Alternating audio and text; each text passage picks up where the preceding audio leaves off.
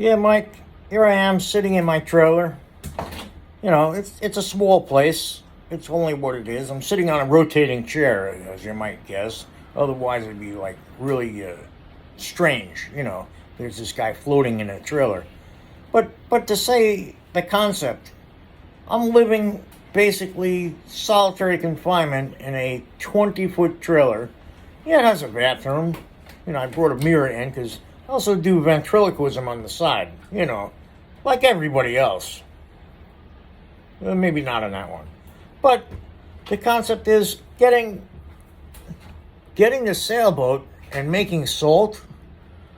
You know, it's the concept of how do you enjoy doing something and make money doing it. I tried stand-up comedy.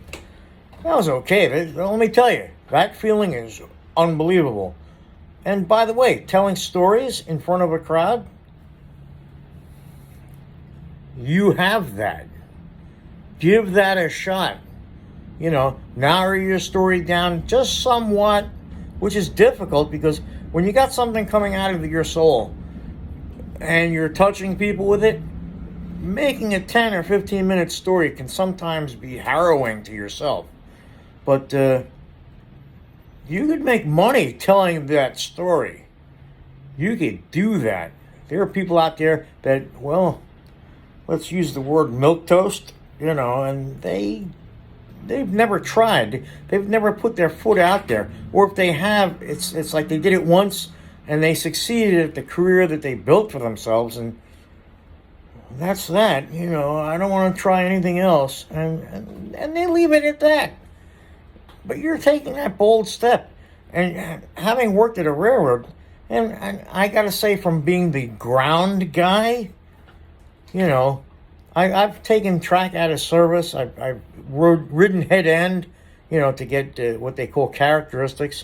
You may or may not be familiar with that. I think you are as a conductor, as a old conductor, but it's not the same. There's two different jobs, and now the railroad literally is putting them together for training purposes.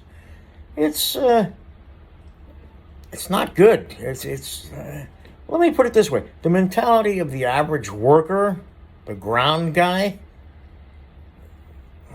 there's a difference. Like, I don't know if they have electrification where you were, but there's a big difference between people that work with electricity and can get killed by it, and a person that's on the ground that, if you're standing 3 feet this way or 4 feet that way, life and death.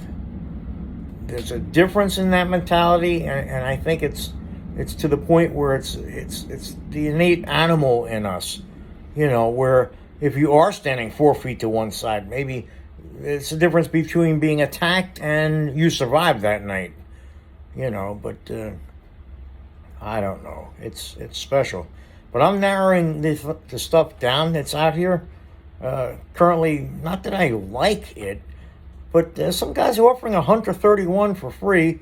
It's down in goddamn Maryland. You know, and he says the engine runs, but for me, running means, okay, here's some sales. What's the weather going to be like? That's unknown. And oh wait, it's the end of October. Tomorrow's October 31st.